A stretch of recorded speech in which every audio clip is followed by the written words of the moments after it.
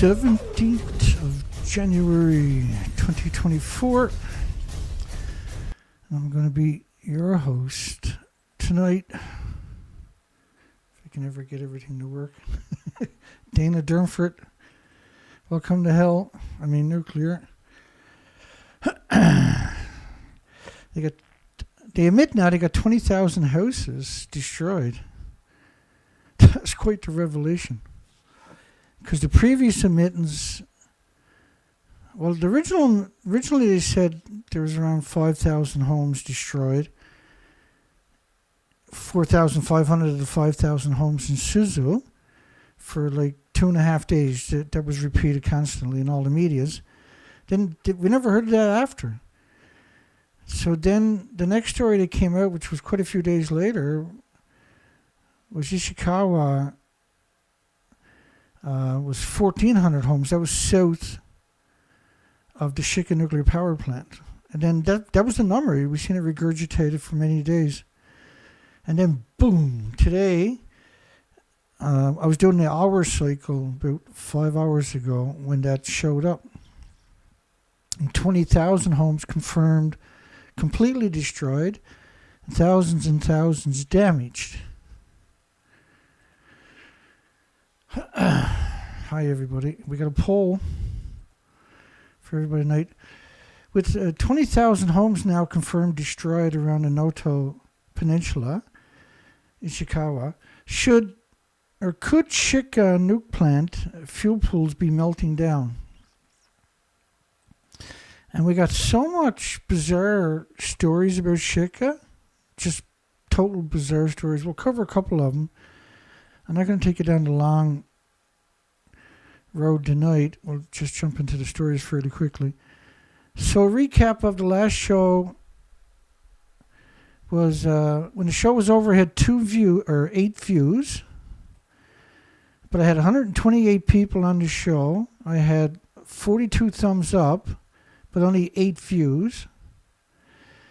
And when the show was over, I had 10 viewers watching it.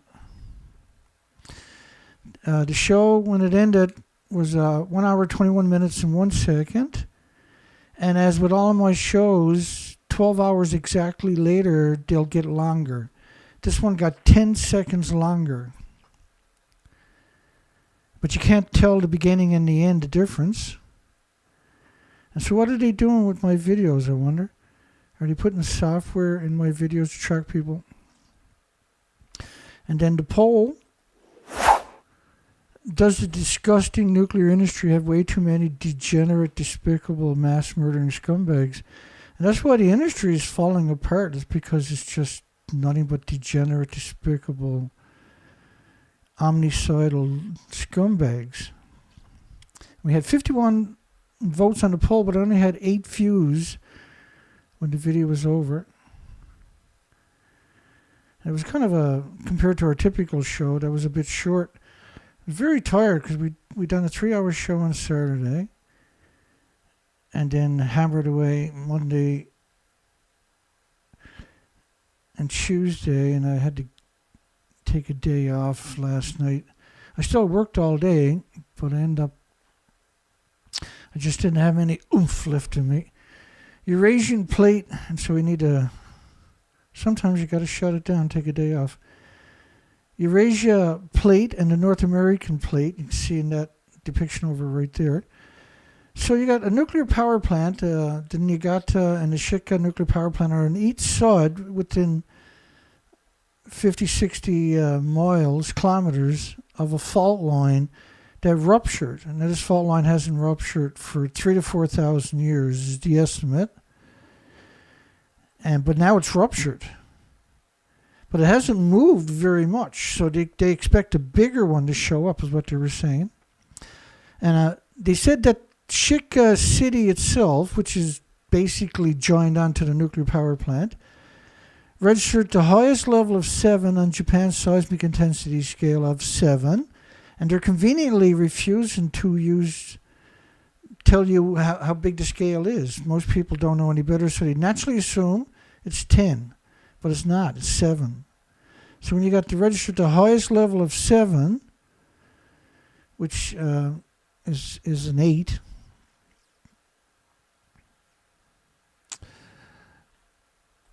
On the 7 scale, so to speak. And so Shika, and I might have to stay in this screen tonight, which is fun. I like this screen. This is a good screen. So down by Ishikawa, they had 1,400 homes destroyed.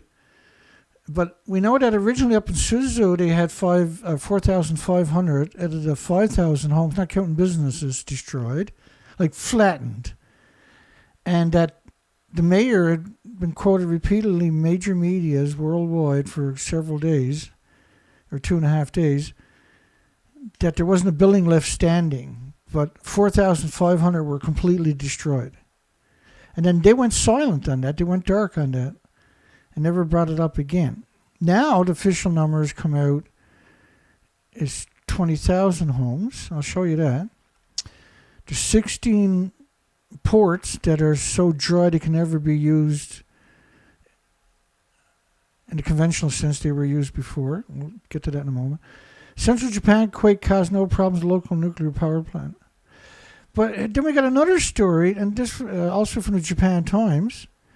Registered an upper 5 and a maximum 7 on the Japanese seismic intensity Shindu scale beneath the number 1 reactor. Not the number 2, but just the number 1 reactor. Which is, why would you frame it that way unless you were trying to warn people? Because you can't have an earthquake under just a single building. This is not cartoons, okay? This is not The Simpsons. So the Japan Times ordered a probe on the quake damage at the Shika nuclear plant. Now we know that that coastline extended out an extra 820 feet. For that to happen, it also rose up. So if a coastline this close to a nuclear power plant rises up, that nuclear power plant rose up too. It's not just going to be like a little line, 820 feet. That's a little line on the scale we're talking about. So the Japan Times, which is the government puppet for Japan, said the quake measured an upper 5 in Japan's seismic intensity scale at the basement, in the basement of the number 1 reactor of the Shika nuclear power plant in Ishikawa Prefecture. All you can do is just shake your head like somebody, like you're going to sneeze or something, because your brain doesn't know what to make of it. According to the company that owns the plant or operates the plant, the quake measured an upper 5 on Japanese seismic intensity Shindu scale, which is 7, at the basement of the number 1 reactor building. The fuel pools are at the top of the building, so in the basement, the building is doing this. And they admit they've done that. They admit that water came out of the pool. But what it is water came out of the pool because the pool cracked wide open. And this is Wajima. In Suzu, a town of about 5,000 households near the quake epicenter, 90% of the houses may have been destroyed. Well, the mayor is in the community when it happened, and he unequivocally says minimum is 90% of the houses are completely flattened. And so there's 16 ports that are no longer functional because the earth rose up 13 feet or so and extended out, well, not extended out, but rose up for 820 feet of the shorelines. But that's true for the communities too. It's not just shorelines. The earthquake is not like, where's the shoreline to? So then this story came out about 5 hours ago, just before I was going to post a preamble to the show you're watching now. Japan earthquake has rendered at least 15 ports unusable. I mean, my goodness, that's an amazing statement. 15 ports, 15 fishing communities, and this is probably not one of them. With 15 ports unusable due to the change in the relief of the area which caused the extension of the coastline. Well, the coastline didn't extend, it rose up. The shoreline was 820 feet, but that was true for the community too. It's not just the shoreline, but the shoreline itself was a visible, highly visible new shoreline that rose up out of the earth. And this was about at least 85 kilometers at close coastline, including the Shika. One of the points that has undergone the most extreme transformation is the damaged city of Ojima, which gained 200 meters from the sea due to the elevation of the terrain in Noto Peninsula, leaving numerous ships stranded. And fishing ports and wharfs no longer are in the water. They're far, far away from the shoreline. The rise of land has exposed a large area of the ocean floor with the consequent death of the marine life that were living on the floor.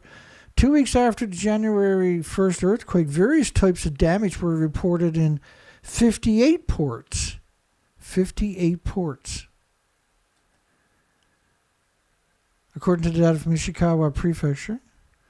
And more than 20,000 homes have been completely destroyed. 20,000 homes. 20,000 homes. Well, that's quite the number. That's quite the number. 20,000 homes. Because the number, like we did have a number of 4,500, 90% of the 5,000 homes were destroyed, but they went dark on that after 3 days. And then the only numbers that came out was 1,370 homes, almost 1,400 homes, right? But that was south of Shika, the other side of Suzu. Thousands more have been damaged. Well, you can't have 20,000 homes destroyed and not have thousands and thousands of homes damaged.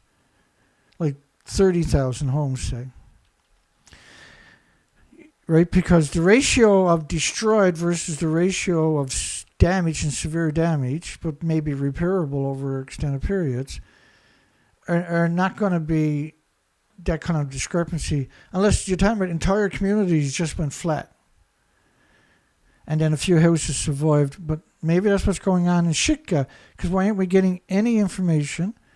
And we've got a couple of measly pictures from Shika of house crumbled and telephone poles bent and the streets torn apart and lifted up. Well, water outages occurred in 50,000 homes. Power outage in 7,800 residents. Could be cut off for months. Well, I can't see how they can fix it in a couple of months. They've never had that uplift before. It's 3,000 to 4,000 years.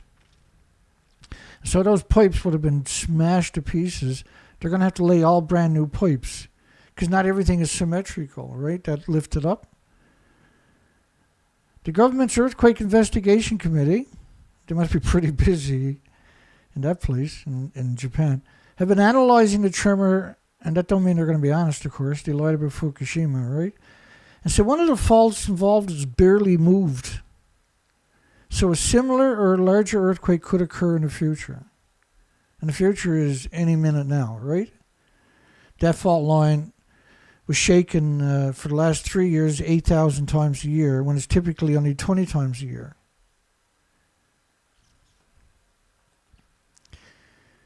So 17 days later, I think today the American helicopters finally went in there.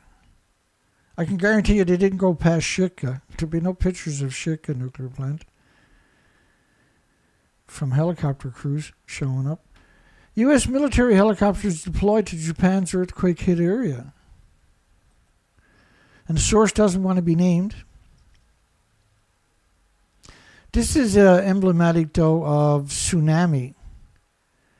Because an earthquake wouldn't pile cars up in the air like this, right?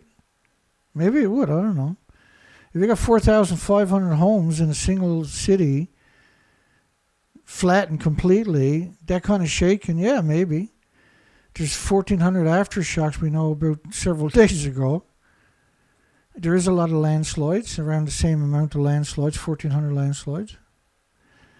And so this is Suzu, I think. So this picture is Suzu. And I do believe they also got hit by a tsunami. 13 to 15 feet tsunami. And so a lot of the coastline would have been updated with a tsunami, only that the earth lifted up 13 feet and extended The coastline itself extended out to around 820 feet, 250 meters. But that would have been true in the communities. That couldn't have been just the shorelines, which is kind of what they try to get you to believe, right? So that's a rare picture from Suzu. U.S. military helicopters in Japan are set to deploy to the earthquake-hit Noto Peninsula on the country's west coast. 17 days. They wouldn't let Americans go in. They wouldn't let China go in. They wouldn't let India go in. They were very vocal. They wouldn't let other countries that offer, and all of these countries offer to send in search and rescue, and particularly the Americans have their own helicopters and everything else. And the other countries were going to send in, specialized teams to get people out in a crucial 72-hour window. And they were bringing dogs and all the other equipment, all the trappings you would expect for a search and rescue team. These are seasoned veterans. And because you got a 72-hour window, Japan wouldn't let anybody go in and rescue people for 72 hours. Again, this points to a nuclear meltdown, right? And why did they wait 17 days to acknowledge there was at least 20,000 homes completely damaged, which means there's tens of thousands that are seriously damaged or completely destroyed. And I would say at least 30,000, we've seen those estimates, by the way, already, at least 30,000 seriously damaged. We know there's 900 schools, right, that were damaged by the earthquake. So how can you have 900 schools damaged by the earthquake, but only 1,400 homes destroyed by the earthquake? Did the earthquake just seek out schools? And so when we start, because it always takes a few weeks because these people are so despicably secretive. Anything to do with nuclear is just, you're dealing with evil people. They're just not like humans at all. The quake had destroyed roads. Evacuation by sea are difficult, meaning some vulnerable people can only be moved by air, which they refused to do for they started doing it on day 15, was it, or day 14? It was 30 people or something. It was very, very meager, considering the population that should have been moved. They were the vulnerable, the elderly, the injured. There's over 1,000 serious injuries.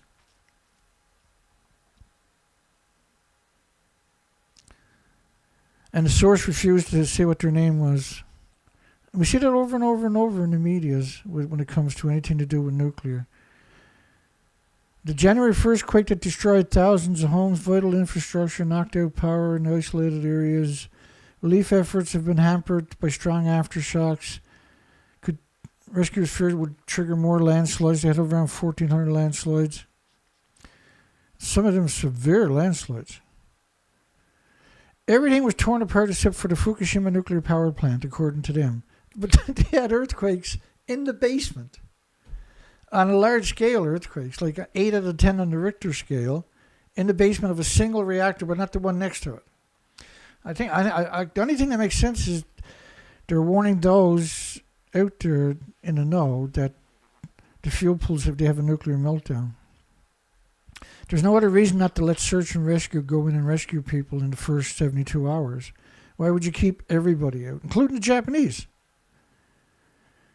They were trotting in on self-defense force, wasn't allowed to use helicopters, had to go in on foot. Where there's 1,400 landslides, they had to go in on foot.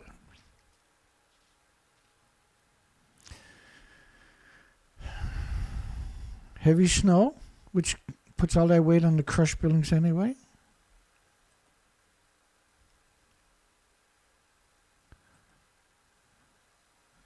I got no idea what that is. That belongs somewhere else. Oh, that belongs with this story here. Let me do this again. So Nintendo donated 50 million yen, which is almost $500,000 Canadian. Canadian dollars, pretty pathetic, eh? It also is offering free product repairs for 6 months. Wow. They really want to keep the victims there. And Pokemon, disgusting Pokemon. is going to donate the same thing to the Red Cross, because you got full control over them, right? Will provide free repairs for our products requested by people in the area where the Disaster Relief Act applies, which is the whole peninsula, for a period of 6 months from the application of the Disaster Relief Act in each region. Well, good on them. Tsunami flooded 190 hectares after Japan's quake. Fukushima was 50,000 hectares, I believe, right? Also included coastal town of Shika. Coastal town of Shika. That's an interesting phrasing, right? Because we got no footage coming out of Shika. We had 2 measly pictures of just flattened houses and destroyed roads. So again, they're acknowledging Shika, which was 7 out of 7 on Japan's seismic intensity scale. They had a major earthquake in the basement of one reactor, but not the other one. Schizophrenia, nuclear. The chief cabinet secretary told a press conference the breakwater was damaged, at least in 7 beaches hit by tsunami waves. With lifeline utilities still recovering in the Noto region, the government of disaster in Fukushima said more than half of the 400 students will be relocated to prefectural facilities. So they took 400 students and shipped them somewhere else to go to school, but they wouldn't let their parents go with them. Fake news. It's hard to believe we're still covering earthquake. We're going to cover Fukushima and nuclear news coming up. Still hard to believe that we're covering Fukushima. Fake news. Disaster reveals pattern of false information. Fake news. That's what media is, fake news. Here's the mainstream media. This is only 4 of many of the United Kingdom, the Australian, the Americans, the Canadians, medias, and these are major ones, pretending they're in a fuel pool of reactor 4. They've done the same thing, by the way, for reactor 3 in 2021 on the 10th anniversary. We covered it for 6 days straight. It's stunning how evil and how quick they'll lie about a nuclear meltdown. And we know the industry can't survive another nuclear meltdown because there is no nuclear renaissance as it stands. Despite all the hoo-ha and the posturing, there is no nuclear renaissance. So if you don't think that they'll fake a nuclear meltdown or a fuel pool meltdown, how do you deny that? Go into my playlist and you'll find all that documentation. And look up the videos on the fuel pools or the tanks and watch those presentations. And you find out what kind of scam that actually is. That's meant to lead you away from the facts. So the idea of the tanks is so you don't look at that. See, they can't show you that and say all the radiation is in the tanks, right? But that's what they're doing. They're only saying 3 grams got out of 4 meltdowns and 8 fuel pools that melted down at Fukushima. It's a death blow for humanity on top of that. Japan focused on evacuees' health 2 weeks after the quake. Yeah, because they didn't focus on it for the first 2 weeks, did they? Shinzo Abe. He ain't above ground no more, thank goodness. As conditions in evacuation centers worsened the health of the displaced victims, they were abandoned. No food, no water, no medical flew in.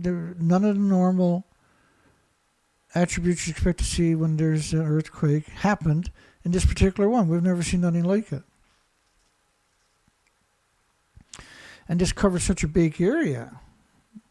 And this was a fault line that's 3,000 to 4,000 years old. That would have warranted all kinds of countries just participating. See? This was an extraordinary earthquake because the fault line was 3,000 or 4,000 years old and thought dormant. And so a lot of people out there think, they can build a nuke plant there, and they did, because it's dormant. Guess again. You have to reevaluate everything. Seismic activity not stopped since January 1st. with 15 days registered, nearly 1,400 perceivable tremors. At least 500 of them were over 3.5 on the Richter scale or Japan's seismic intensity scale. They lie so much it's hard to know. The only thing you can count on is they're going to lie to you. That's really, if you don't think that way, you'll never figure it out on your own.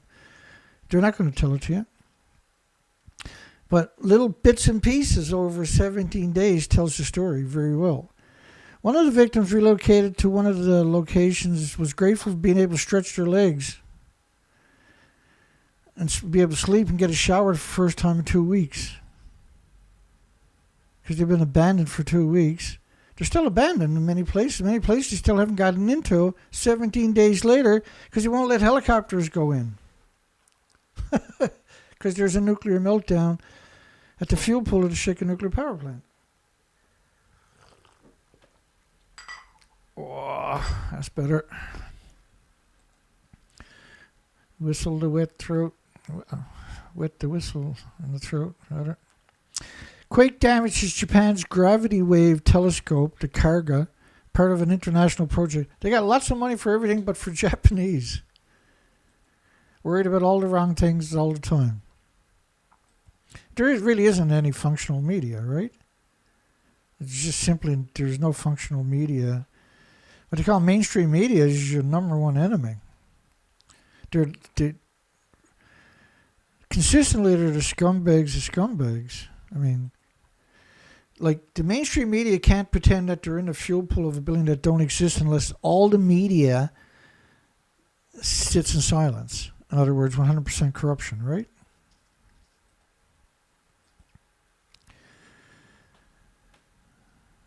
Space-time ripples and cosmic sources and black holes.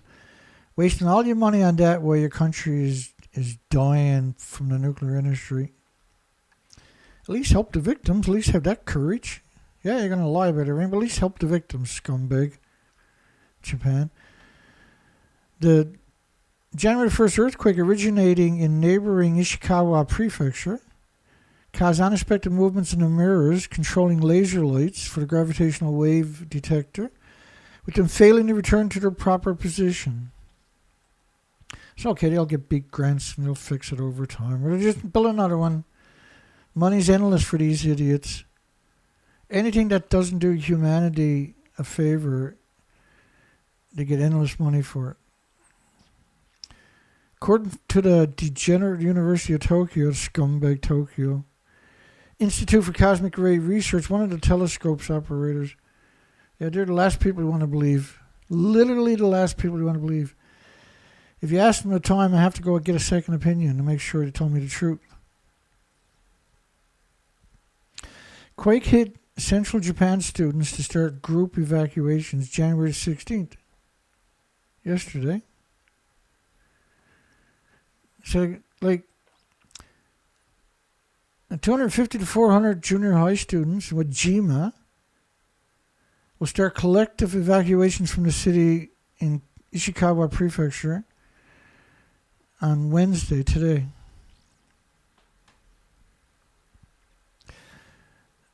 And Ishikawa city of Suzu, which we got literally next to nothing pictures of. Now we know there's 20,000 houses completely destroyed.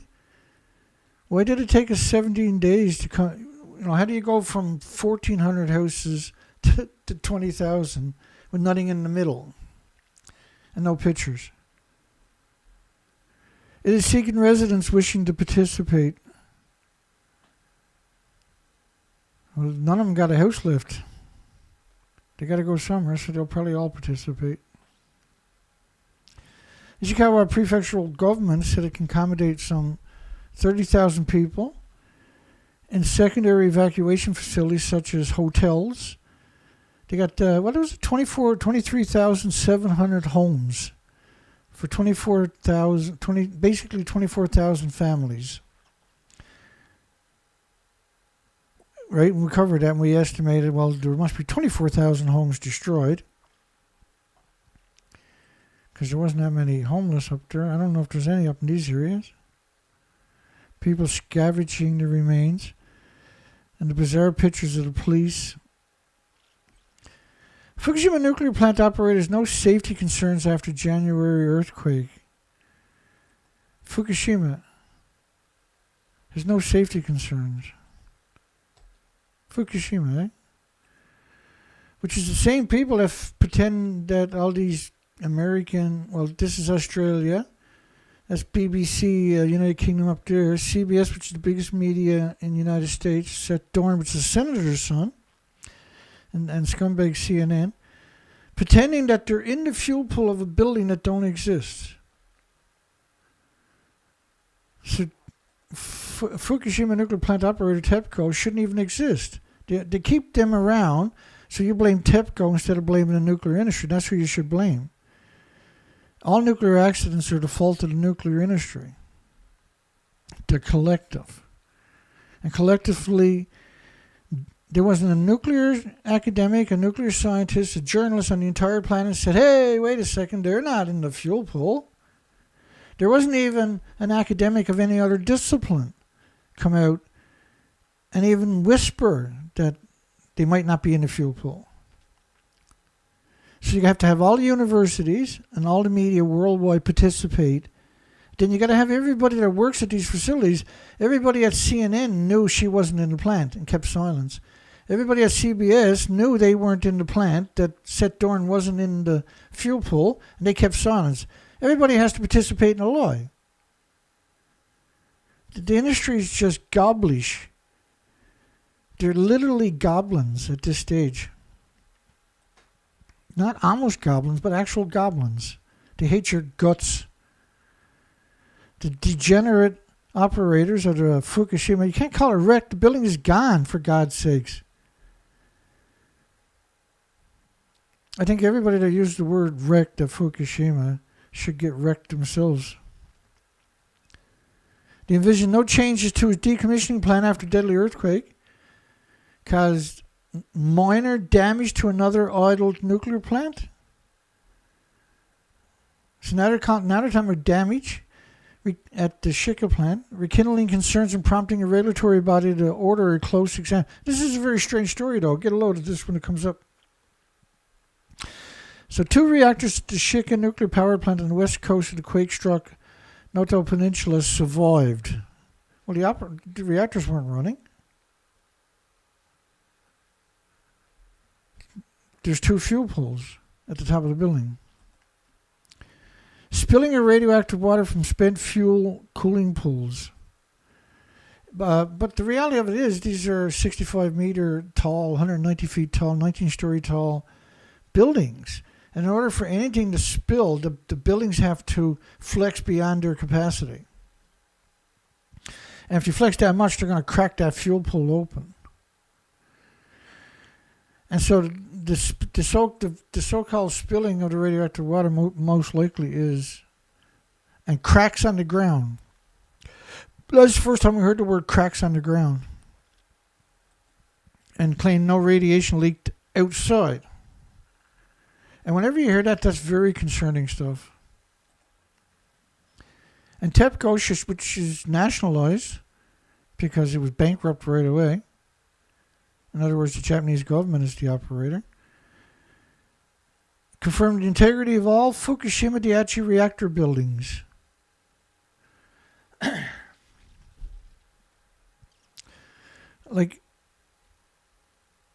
Confirmed the integrity of all the reactor buildings.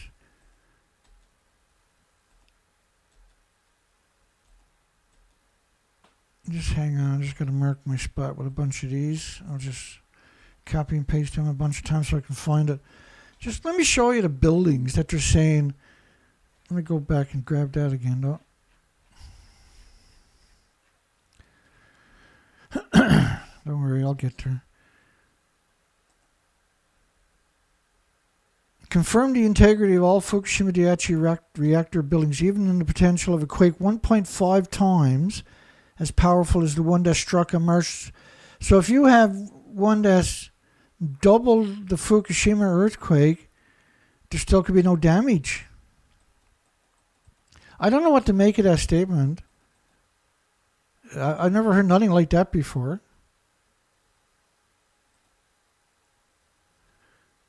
And there's probably a good reason. Okay, let me just show you the buildings. Let me give a quick explanation of these buildings. So that's number one. They put a Kevlar sarcophagus around it. And that's the bottom piece, which is this piece right here. So there's 4 pieces. 4 of them. And if you took reactor 3 and 4, the stumps of them, if you put them together and stack them on top of each other, they're still not as tall as the bottom piece of the framing for the Kevlar sarcophagus for reactor 1, which are all identical buildings. Now the fuel pool's detonated. They're gone. That's the number 1 detonation right there. Let me do it one more time. So the buildings in the background you're looking at, they're the reactors. Reactor 2 melted down, and the fuel pools. You can see the heat signatures at the very top of the page. That building kind of looks like it's still intact. That's because the reactor core, well, it burnt for several days. It blew a hole in the side of it, like a pressure relief panels. These are huge panels. It blew that out, and that's supposed to happen. But the explosions are caused by the meltdown itself. The gas is released from the meltdown. Reactor 3, this is reactor 3 detonating. And you can actually see the fuel pool and the reactor core start to fall back down to the earth. And look at the difference in the speed. It's absurd, that explosion.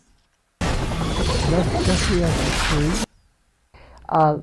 And you know well at Chernobyl, the helicopter pilots that came in and that deposited the heavy materials to try to put down that fire, which all died from radiation exposure. Here's a decision question.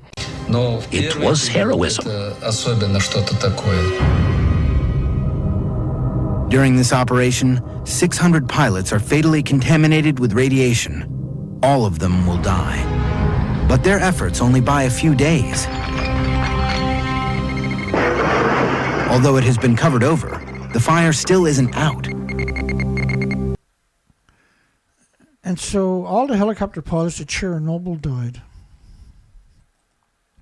So they're saying that this building will survive even if they have another earthquake 1.5 times as powerful as one that struck March 2011, which done that.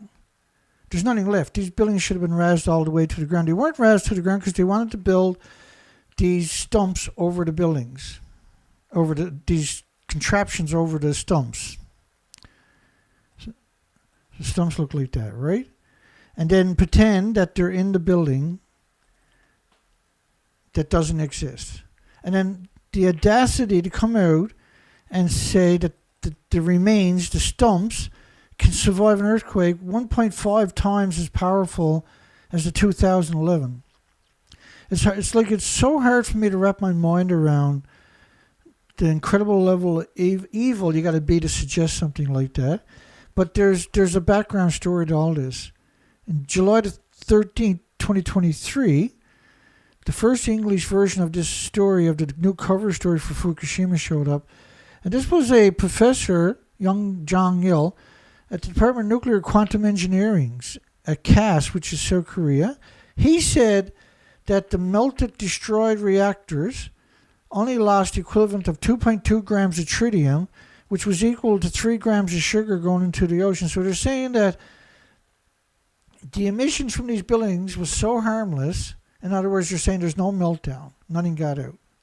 And that everything was in 1,000 tanks, right? Now, they picked up 60 million one-ton bags, and that the food was banned by 55 prefectures, or 55 countries and 14 prefectures, which I highlighted there. And we covered those headlines over and over and over.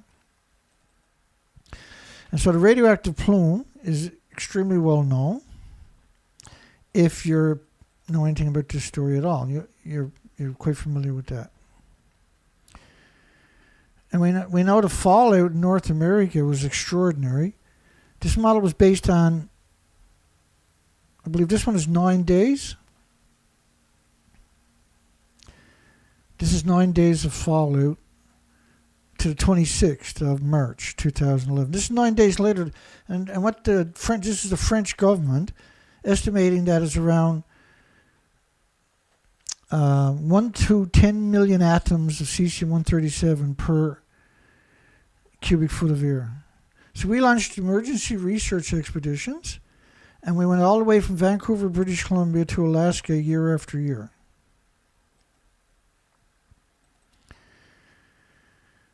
Year after year.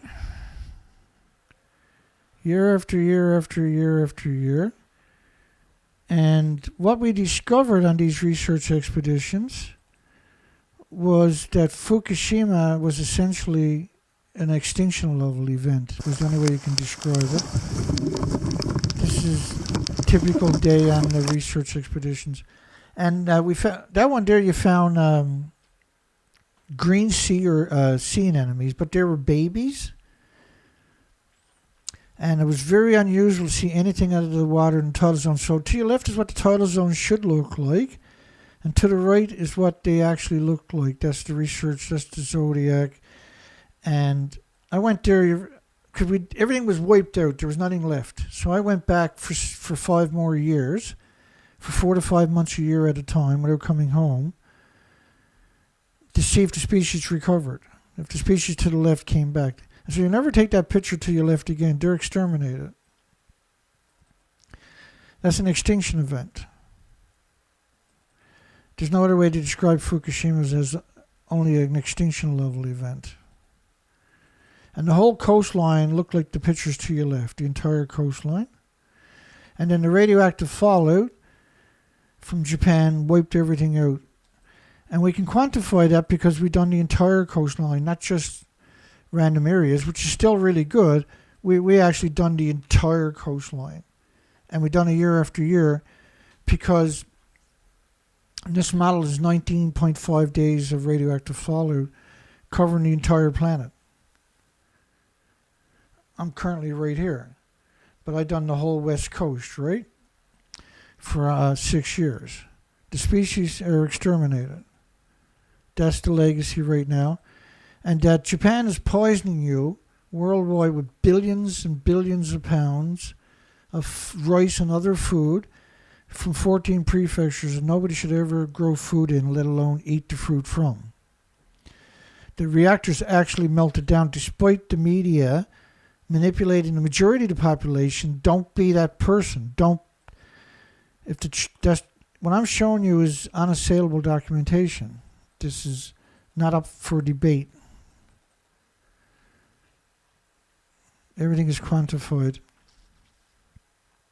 So for Tepco to suggest that if they even had another earthquake 1.5 times as powerful as the one in 2011, the buildings in their current state, which looks like that over there, underneath the cover they put on it, would have no adverse side impacts. So this is an industry that is completely has to go. It goes, or you go, and all the other species go. Right now, you are going, and the species.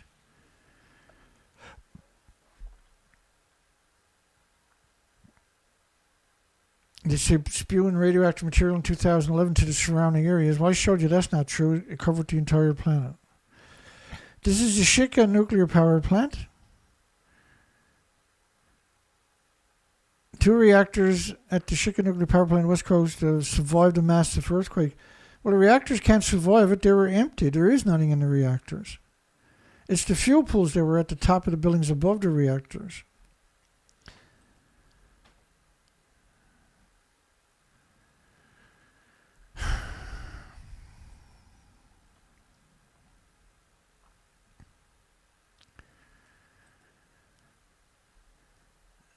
And our nuclear regulatory agency officials said Shika operators should consider the possibility of additional damage to transformers and other key equipment as aftershocks continue. Again, like the only thing that makes sense in this story is at least the number 1 reactor fuel pools, and there's 2 of them, with roughly 10 reactor cores, have melted down.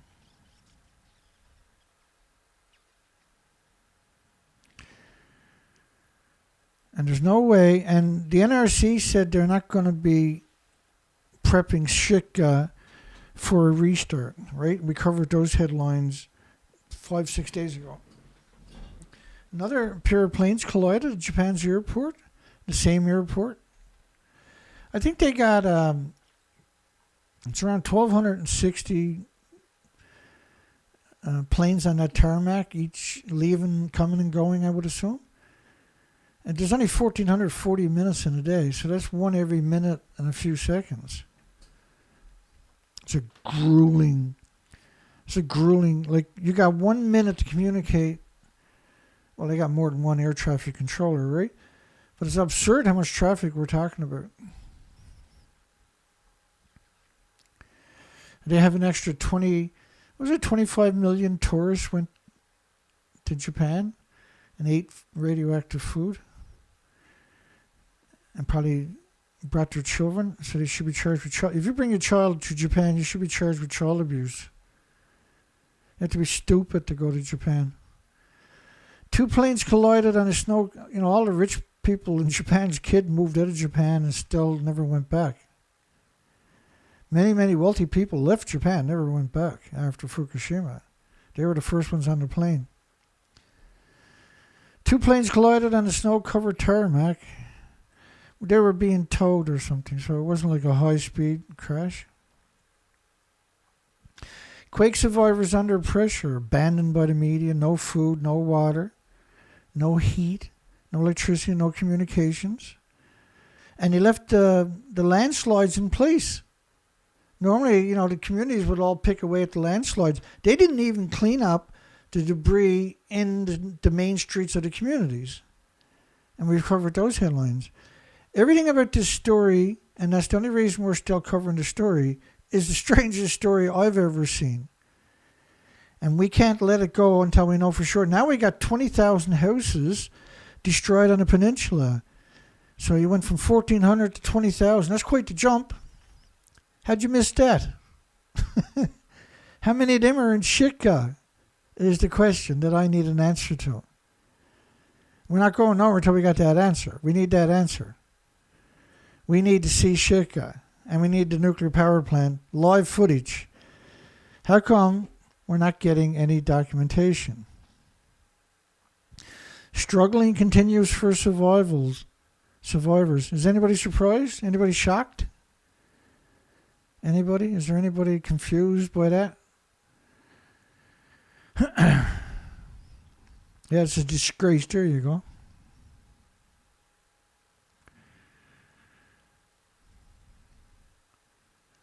Hi, everybody. Welcome.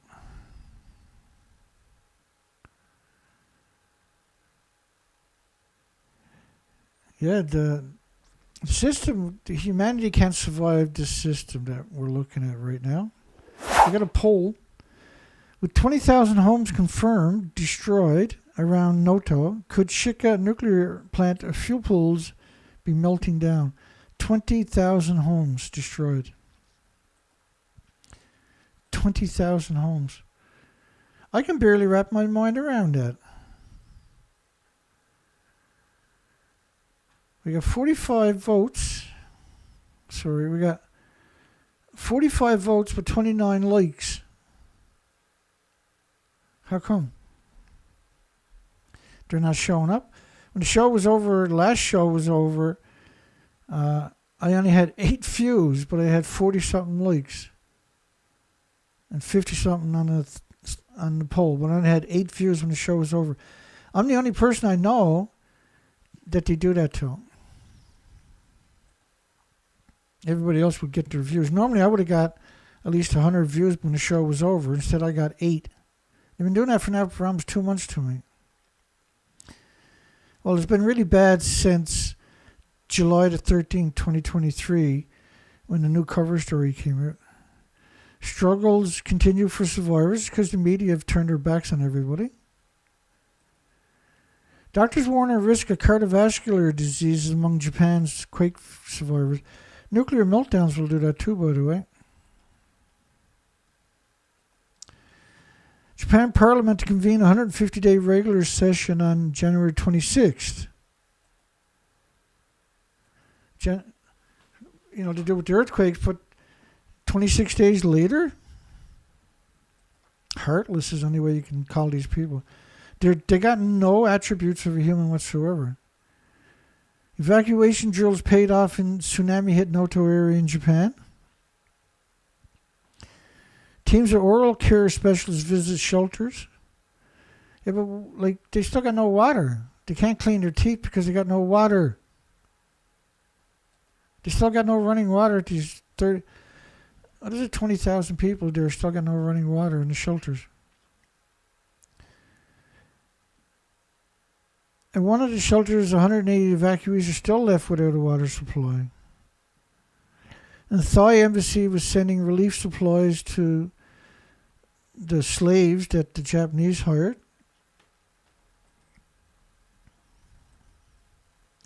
Bless their hearts.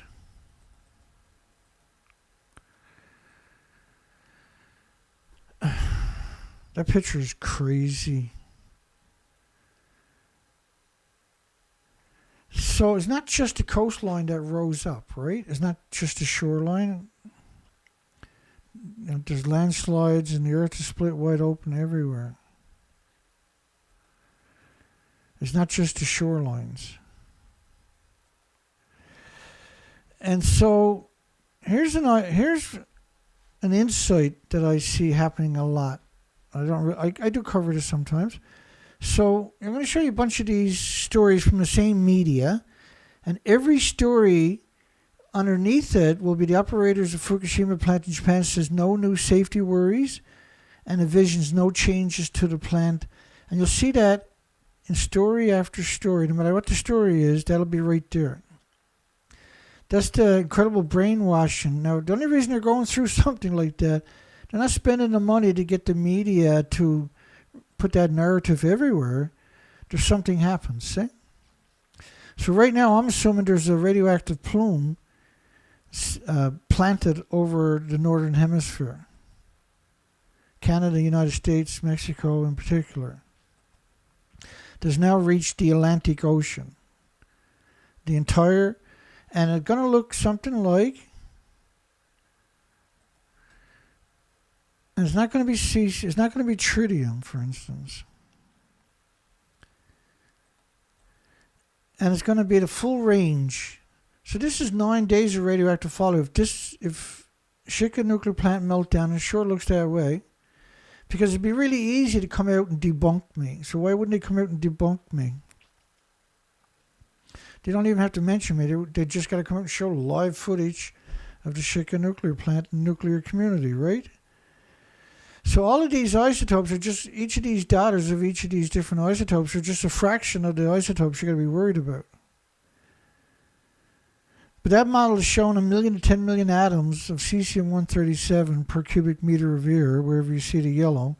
But the model is only based on 9 days. So once you extend the model out,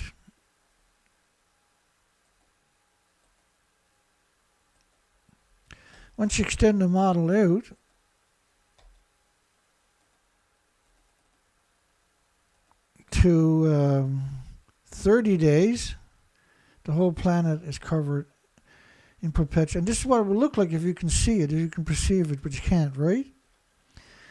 So when you see the media coming out regurgitating every story, they're putting these connotations there that Fukushima is okay and there's no worries and they don't see any problems in the future.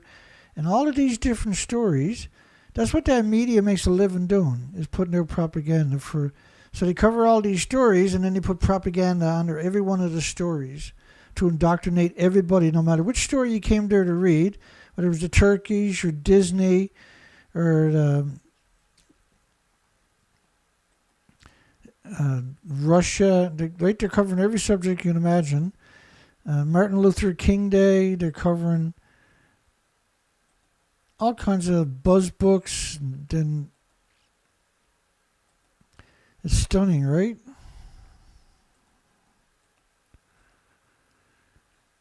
It's just stunning. Japan's Tepco to start fourth release of the treated Fukushima water. Treated Fukushima water. Treated. And so this is supposed to be the filtration site. you can't filter the water. The reason is because all the atoms are the same size as every other atom, man-made or anthropogenic or natural. So how are you going to filter, if you can 200 million atoms on the head of a needle, how are you going to filter 100,000 of cesium, for instance, when they're all exact same size? And because remember, like 200 million atoms, you can't filter a fraction of that. Or you can't filter 200 million atoms either. It's so small, it's smaller than the head of a needle, which means nothing else can get through the filter. So it can't, it's not like a oil filter or something like that, or a water filtration system where there's, particulates that you're trying to filter. These filters, if you did try to use filters and it was picking up the fuel particulates, because you're spraying water over the stumps, whatever's left of the melted that didn't blow up and dissipate worldwide, whatever's left there that is fuel, they're pouring water over it. And so that water is picking up fuel particulates that are splitting atoms. Like it's physically splitting atoms. So if you put this in a filter, the filter is going to have a chain reaction and melt down. Because you got gammas and alphas and neutrons and betas together in the one spot. And that's what will always happen. You can't filter it. And if you store it in a tank, because we're talking about 2.2 sieverts per liter. Let me see if I can bring that up very quick for you.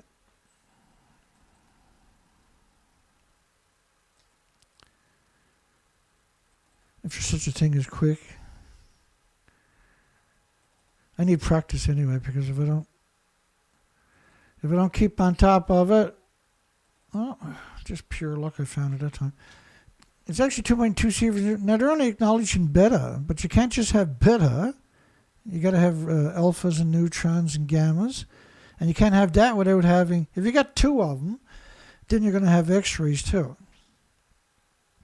And these emitters are pulsing energy at the speed of light. So if you filter this kind of stuff, you can never change the filter. You can never get in the building again. You can never get near the equipment that you're using again. Because you need 6-foot lead shielding to go in the building. You need to wear a 6-foot thick lead suit or bigger to get in the building. The filters need to be 6 feet thick lead on top of that. And you have to change them every 10 minutes or something. It's a total hoodwinking, and it means the destruction of the species and humanity. The staged water release began last August. Staged is the right word. Scheme is another great word they like to use. There is no water release. The water has never stopped going into the ocean. And if you go to my playlist, you'll find, and look up tanks in my playlist, you're just going to find dedicated video after video after video after video, providing you with relentless amount of documentation. There's no way that they can filter this stuff. There was the Riva system, which is the French system, the Alp system, there's so many systems. Hello, New York. Hello, is this Dana Durnford? That's right. Hi, my name is Kevin Finnegan. I'm friends with Kevin Blanche. We've been doing some anti-nuclear work together. You're live. You know that, right? I'm aware. I wanted to say thank you for all your hard work, and I appreciate what you're doing. Thank you. Same there. Yes, yep. I'm just calling because I'm here in Eugene, Oregon, and as we've documented the salmon collapse and such things, and we've documented the whole. I mean, I want to praise to you.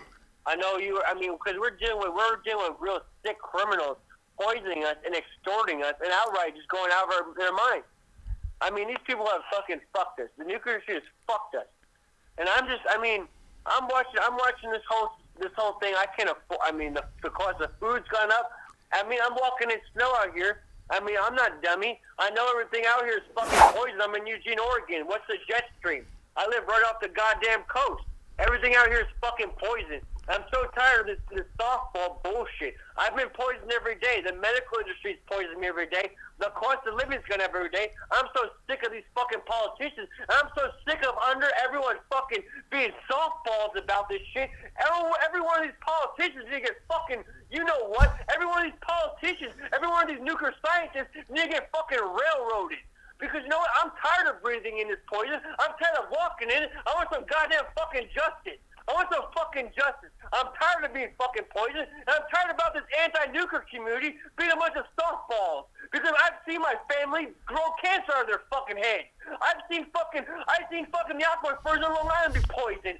This is softball bullshit. Because cancer's no fucking joke, motherfucker. We're all gonna get it. AKA see fucking job is a disgrace. We've all been poisoned by the nuclear industry. This is softball. I know you used to be hardcore. I used to be all these criminal nuclear scientists, all these nuclear propagandists gonna be fucking locked up at the very least. I'm sick of this shit. I'm sick of being poisoned. I'm sick of not being able to afford my fucking food. I'm so sick of this fucking shit. You have no fucking clue. How are you doing tonight? Well, you just got me censored pretty good. I'm fucking done with these nuclear fucking criminals. I'm fucking done with this shit. Because it's not the masses. These masses, they don't fucking want the truth. It doesn't matter what kind of information you put out there. The truth is, we know the fucking truth. We're being fucking poisoned.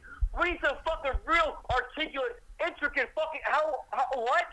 How are we going to make fucking nuclear energy illegal? How are we going to come up with a solution to deal with the waste? How are we going to prevent this from ever happening again? We want fucking justice for the people who have poisoned us. We want justice for the people who are going to cover up and keep on poisoning us. Where's the criminal at? Where's the lawyers? We want these people in a fucking cell for what they've done. I agree wholeheartedly, man. We want these fucking people in a cell for what they've done. Yep. Well, I just want to say thank you. It really gets me stirred up because I'm living it. I want these people to be fucking put in a cell because I know what they've done, and I want them to be. I want justice for these fucking mass murdering fucking criminals. I can't even go in the Pacific Ocean. I grew up in the ocean. I can't even go in the Pacific Ocean. AKA, what's the jet stream? I can't even walk outside without breathing in fucking nuclear pollution. This is a joke. Every fucking elected official needs to be fucking with their feet to the fucking fire right now. Attaboy, you tell him. Anyway, good for you. Good for you. Keep on going. Sorry to interrupt your program. Well, that's it, man. Got to get it off your chest. You take care. Take care.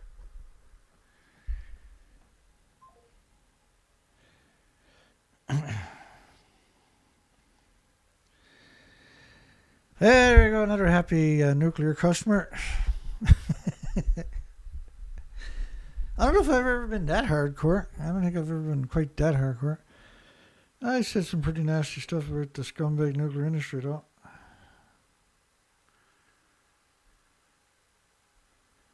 And let's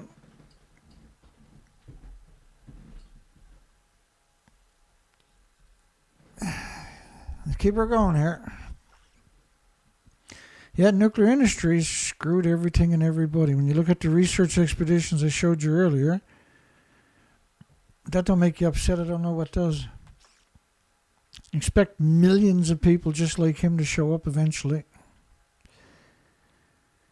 China and Russia have banned seafood imports from Japan over safety concerns that Tokyo has said are scientifically unjustified. Well, here's your media. Wouldn't waste 2 seconds cutting your throat.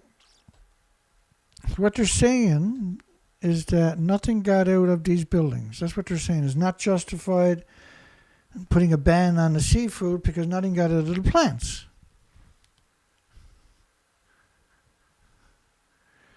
So, do you think anything is still in the buildings? Because the buildings actually don't even exist. At the top of the buildings were 2 reactor cores. Was 2 reactor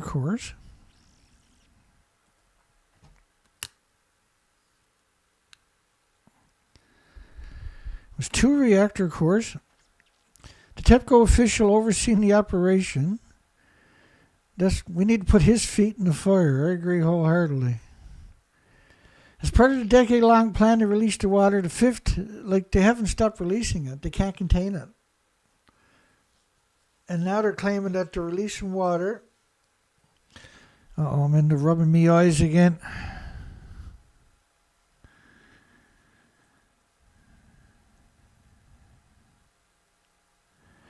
Japan says water is treated to remove most radioactive elements except for tritium. You can't do that. It doesn't work that way.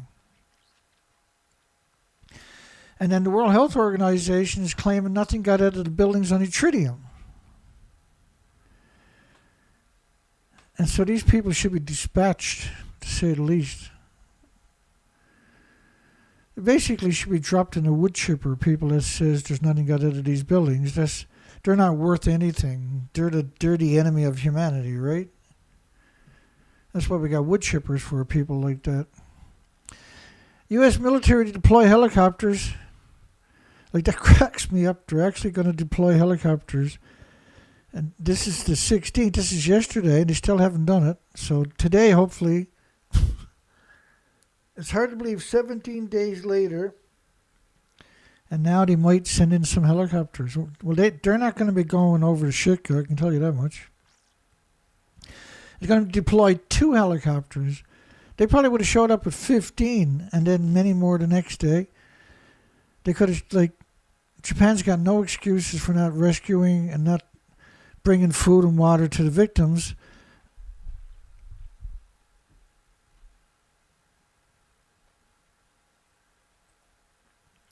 Two Black Hawk helicopters will supplement Japan's fleet, assisting to move supplies and personnel as Black Hawk helicopters. So not even the big carriers, right? Not even the big carriers. U.S. aircraft will begin relief operations on Wednesday, allegedly. Well, there's only 2 helicopters, 17 days behind schedule. The scale of the U.S. assistance could expand over the coming days. But again, you got them. They don't want to put out their name, right? Again, they don't want to use their real names. The quake that destroyed thousands of homes. Well, estimates have put it at least 30,000. Kawasaki demonstrates an uncrewed, I keep doing that for some reason, unscrewed, as if that means anything, an uncrewed helicopter. I wouldn't mind yelling too, but I'm after having 3 heart attacks less than a year ago and got 7 stents put in.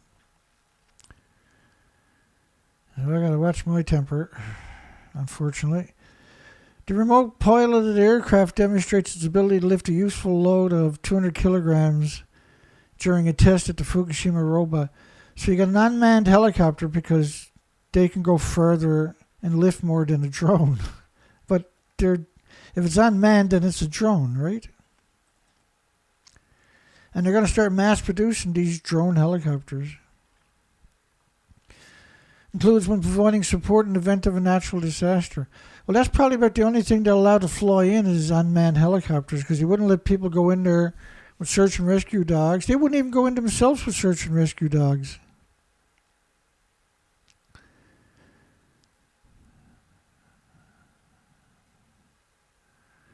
We're giving them a slideshow, and that's what we're doing. Well, you got to look at it another way. I'm educating the population. And then people like you will show up. I can't just sit here and yell at the screen all day. No one's going to watch it. Right, so an educational program, so I'm not targeting the average person. I'm targeting policymakers and investors, like buying uranium and everything else. So the idea is educate everybody in the industry that is hunting down this information. And there's not one of them out there haven't come across my stuff and been swayed. There's lots of pro-nuclear out there who are compartmentalized. And when they come across my stuff, then they have pains of conscience for the rest of their life. They're still evil, but they can't escape the reality anymore.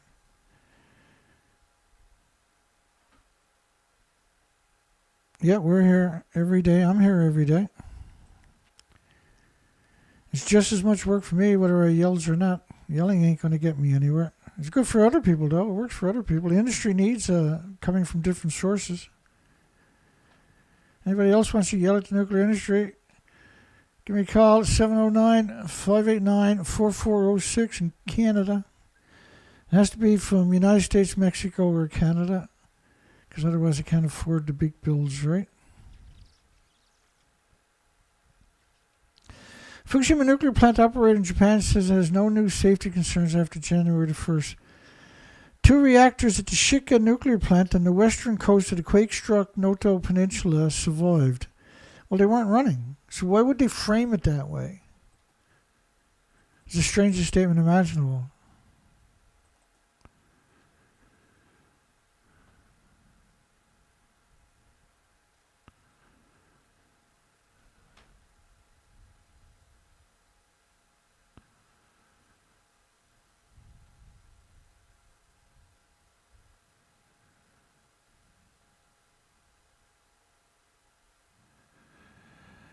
Where's the poll? Let's bring the poll over here.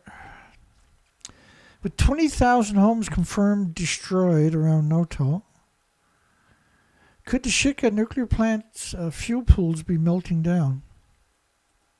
And this is a catastrophic event.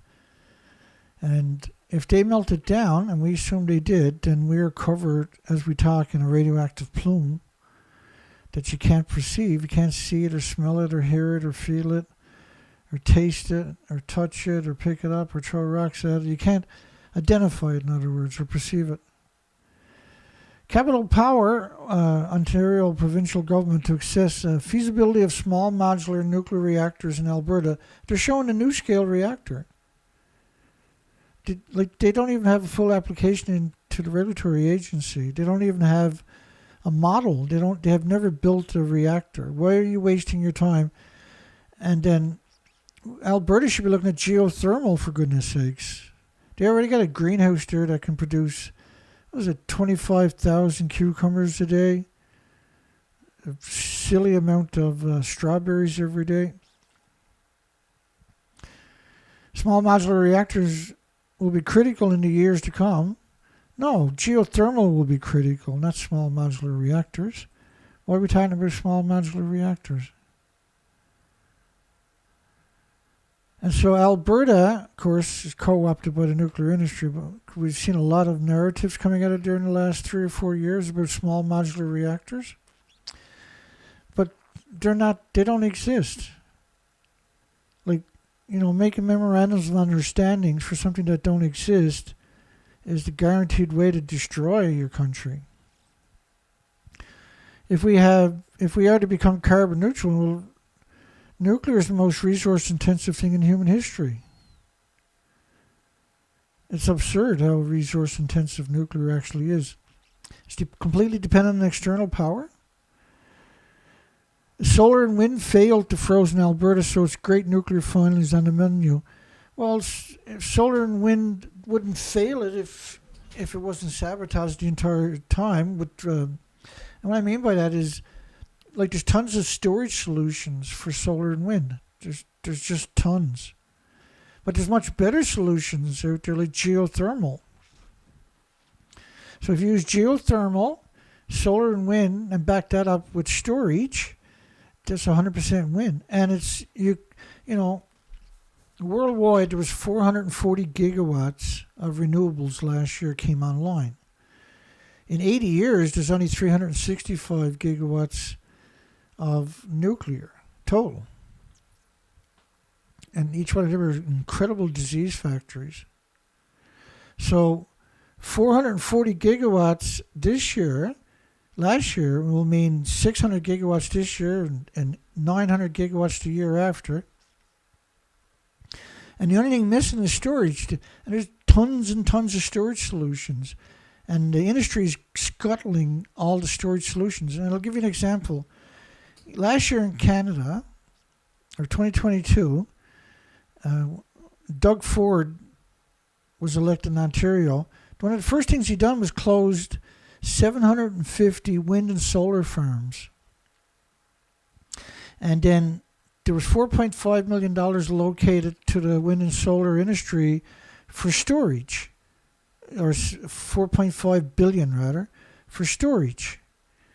And so then they took the money for the storage, they scuttled the wind and solar, and took the money for storage and gave it to Bruce Nuclear Power. And what are they going to use 4.5 billion for? Storage. Nuclear power plants don't need storage. I mean, that's humiliating that the industry has that much power. They scuttled, and we've seen this in many other countries too play out.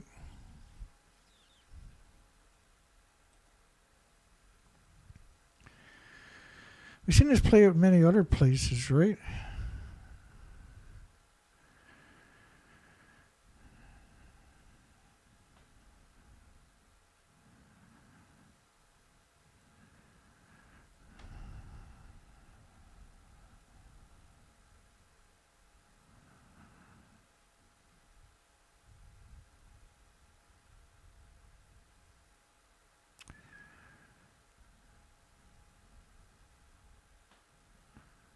Is only 4 years away. So how, when you don't even have an application into the regulatory agency, that takes about 4 years for them to go through 1 million pieces of paper. So how the hell are you going to build these reactors by 2028? They don't have an application into the regulatory agency, which has to take, you know, 1 million pieces of paper. They got to go through that. Then they got to make adjustments. Then they got to read. The engineers have to rewrite the application again, submit it to the regulatory agencies. Another 3 or 4 years to go through that. Then they got to build a pilot reactor. They can't just build 4. They got to build a pilot plant. Then they got to run that for many, many years. Then they got to figure all the issues and flaws with these new reactor designs. And then they got to re-engineer that, submit that to the regulatory agency. It takes several years to go for that application. Then if they get permission now to build it, they have to raise the money, because they always got to raise the money to do it. So if you tried your best is to do it, you're talking about 15 years to 20 years before it comes to the point where you can start producing it. So this is only meant to get investors to buy into NuScale and to try to give us some street creds because it lost all credibility, right? So 350 megawatts is not a small modular reactor. It's as simple as that. Japan's Noto quakes fuel nuclear safety concerns. So the Noto quake, the Shika plant has been surrounded by controversies. In 1991, a reactor experienced a critical state when 3 control rods fell off. And he concealed that till 2007, 9 years later or something. I'm sorry, 91, 2001, 16 years later, before the story came out.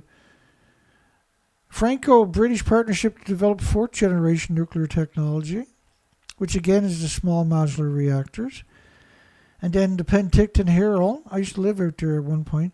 2 communities in the running for storage of nuclear waste. This is a Canadian story of the Bruce Nuclear Power. Of the Nuclear Waste Management Organization, which is the nuclear industry itself, has been in discussion concerning Canada's 175-year-long plan to bury its nuclear waste since 2008. With the process of developing a repository has been over 20 years in the making. And so they go into these communities, and this is super important, by the way. It was established in 2002 and funded by the Canadian nuclear electricity producers like Ontario Power and Hydro-Quebec. And the Nuclear Waste Management Organization intends to bury millions of bundles of used nuclear, it's around 5.5 million bundles or something, of nuclear fuel, like the fuel rods themselves, in a network of chambers connected by massive tunnels, reaching a vertical extent below the Earth's surface, matching the height of the CN Tower. And if both communities reject the project, it would be a significant stumbling block for the $26 billion project. So how much interest do you grow each year in $26 billion, I wonder? Because you know there's a big interest, right? And you're probably investing a lot of money back into the industry. So $26 billion So if what they do is they go into these little communities surrounded by farms and fresh water. That's the most important criteria, farms and fresh water. And when you see the maps of these places, the red dot, Ojibwe Nation, look at all the fresh water in every direction. And everything is repackaged when they bring it there. Everything is vented on the way there, the highways. So it's hemorrhaging radiation the entire time because the fuel is still splitting atoms. And so once it gets there, then they repackage it again. And so all of these lakes are going to be contaminated forever. They tend to bury millions of bundles and use nuclear fuel, which are the same, and reach a vertical extent below the Earth's surface, matching the height of the CN tower below the Earth. In both communities, which is stupid, I'll tell you why coming up. In both communities reject the project, it'll be a significant stumbling block. Because then they got to go to another community, takes another 4, 5, 6 years to survey everything. And that's what they're intending to do. They got no intentions of putting it in a repository. Because first off, they're putting it in a place where nobody's going to agree on it. And rightfully so. The organization has whittled down the prospective sites to 2 communities. The Ojibwe Nation in northwestern Ontario and the Sagi Ojibwe Nation in South Bruce area in southern Ontario. So why are they targeting the natives? This is their legacy. You know, there's 15,000 uranium mines abandoned in native land just in one place in America. I was just trying to remember the original name for the native band because the Americans gave them a name that they don't. My brain is gone dead. Let's keep going here. So these are both native communities where they want to put all the nuclear waste. Because they're hoping the natives are hurting for money and might just buy into it, see? But look at all the fresh water and the significance of the fresh water. These drinking supplies are going to be polluted right away and forever. And then it's right alongside of Minnesota, North Dakota, Manitoba, Wisconsin, Michigan. There's very few places where you border so many states, which is probably why they want to put it there. And look where the other place, how close that is to the American border. But look at the Great Lakes. Everything is connected, right? It's very telling what they're up to. Why not go north, where there's no water resources whatsoever, no chance of polluting the water table for 1 billion years, right? Because we have the shield, the Canadian Shield up north, which is pure rock. Like, it's hard to comprehend how big of a problem these neutrons and everything really are. They measured, the Canadians done a test. They were 150 miles away from a nuclear power plant, and there was a mine shaft, a tunnel, that was a mile deep. So they set up really pure water and their equipment to measure the neutron interaction with the water. 150 miles away and a mile deep in rock. And they were able to know when the plant was on and when it was off by the neutron bombardments in the water. So imagine if you're at the surface in a house 15 miles away or 50 miles away or 100 miles away or even 500 miles away, because if it can go through a mile deep rock and still measure the neutron bombardment, then that stuff shouldn't exist on your planet. If they both say no, then we have to start over. This is what they look. So they're giving one part of the community a whole bunch of money, and the other part of the community they're giving nothing. That's going to cause a divide, right? Then they create these by proxy. They create an anti-nuclear movement, and appropriately so. The vice president of site selection, Liz Morton, who we've covered quite a lot. We as a country would then be pushing this issue of resolution to the next generation. Well, Liz, will it make any difference in your paycheck? No. So you don't care. You're not the least bit worried. Why would you do it in the middle of all that fresh water? Right? Why do it in a place where there's nothing but fresh water everywhere?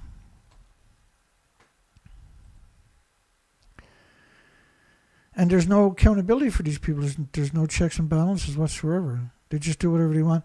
And they go into these communities, throw around millions and millions and millions of dollars to the hospital, to the boys' club, the girls' club, to the knitting club, to the everything. They just throw money around, and the other half of the community, one half is already like, yeah, I like all this free money, I'm voting yes. And the other half of the community like, wait, like use your brains. As a country, then we've been pushing the issue of resolution to the next generation. South Bruce already has deep nuclear roots.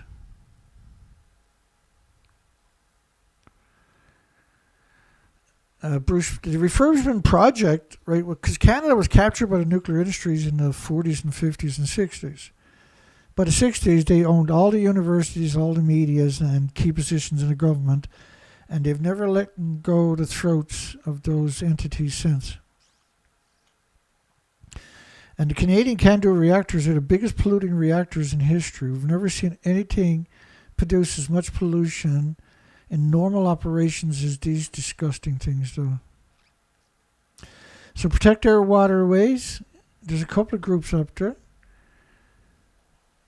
that the technology is untested, unsustainable, based on independent research, unwanted in the community, and that there is no precedence, right, for deep geological repositories.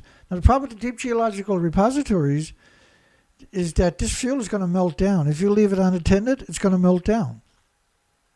If you put it down deep into the earth and you seal it in, that ain't going to contain it.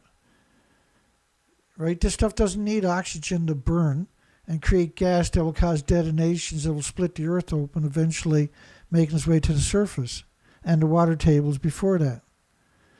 Like, there's no way it doesn't melt down in the future. Where thousands were affected by contaminated drinking water, leading. South Bruce has not recovered from the Walkington incident in 2000.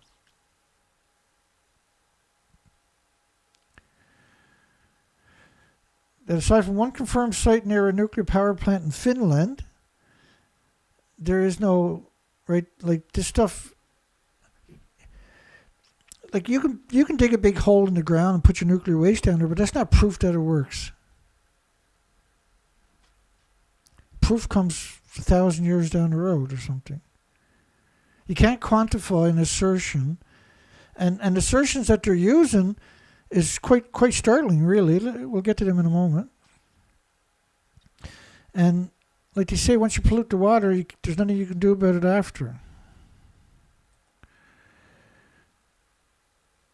So the nuclear industry says with the planned repository, the radioactive material will be under multiple layers of protections. There is no protection for nuclear. And for contamination to happen, everything has to fail. That's simply not true. Everything will fail if you have a nuclear meltdown there. Said the Nuclear Waste Management Organization's senior transportation engineer. He doesn't project a scenario where that would happen. Well, obviously you don't know much about nuclear. It melts down, and then there's your problem. Everything else melts down with it. You start consuming the earth. If water ingresses in there, it expands 1,200 foot per liter per second, millisecond, and that causes the splitting of the earth, right? And we've seen examples of that repeatedly at Fukushima, where the steam coming out of the ground there is at several sieverts, lethal doses coming out of the ground. You walk through the steam, you don't come out the other side. Proposed sites are desirable for the geological properties. Well, first off, they're surrounded by, 7,000 ponds or something, not counting the big aquifers. The outermost layer of protection being the rock itself, selected for its low permeability along with blocks of bentonite clay, Well, that's going to, like, once the heat hits that, once it melts down and the heat hits it, that becomes irrelevant. It becomes irrelevant immediately. To form a seal, the properties of the bentonite clay naturally attract radioactive material and would be a natural fail-safe according to bird brain. No, this stuff will melt down. First off, these containers are not going to last very long. You have no precedence. But listen to the version that they give you. It's quite worrisome. Exerting pressures that hamper microbial corrosion. That's simply not true. Encased within the clay are containers crafted with carbon steel and coated in copper. So they're like we covered this over the last number of years. Some of the scientists that the industry hired are claiming that if you coat the containers, right, the cast, the nuclear waste cast, so-called cast, with copper, it won't breach, or it won't rust, for instance, for over 1 million years. First off, the bombardment of the gammas, the alphas, shines, the beta rays, the neutron bombardments breaks down everything. Copper is the quickest probably to break down in that environment. Right, the reactors themselves, which are much thicker and bigger, will break down because of that particular, what's known as becoming brittle. And so an earthquake then can tear them apart. These containers have undergone rigorous crust tests, simulating the weight of 500 to 700 meters of rock and 2 kilometers of ice.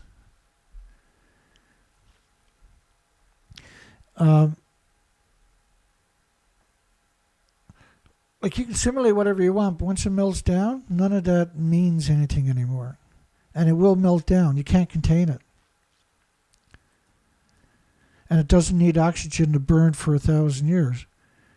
And so eventually it comes in contact with water. Containers built to endure the repository for an exceptional extended period, practically indefinitely. So the containers can't last indefinitely. Right? It doesn't work that way.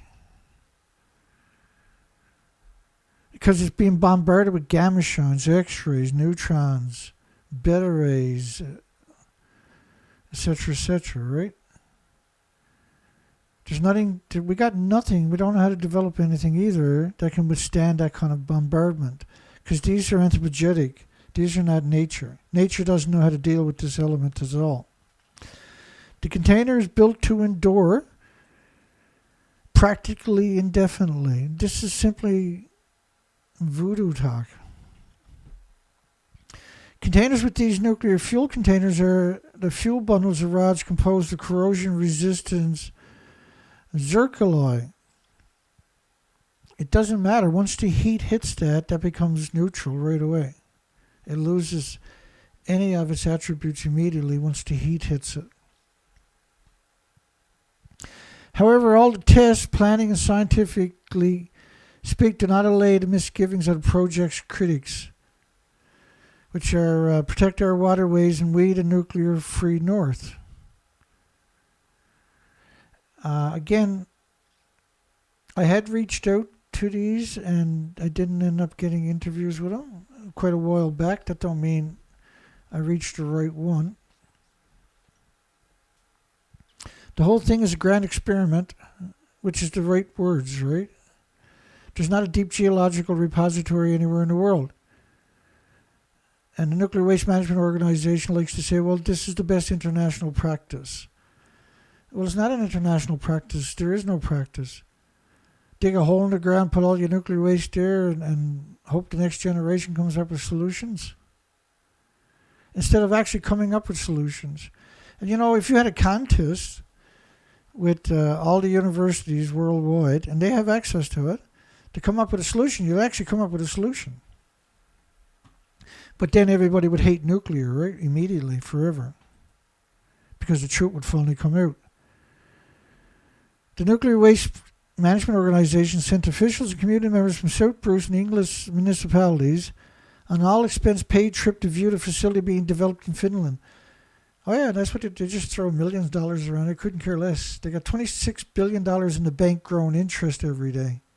Spending a couple of $1 million means nothing. It's like throwing 15 cents tip to the waitress. It means nothing.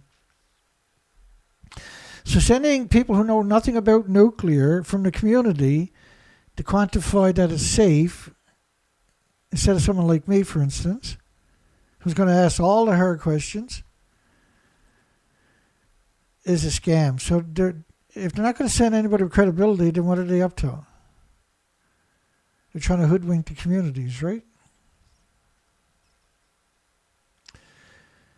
And so a counselor who knows nothing about nuclear whatsoever was impressed by the scale of the project. Like, shut your mouth, stupid.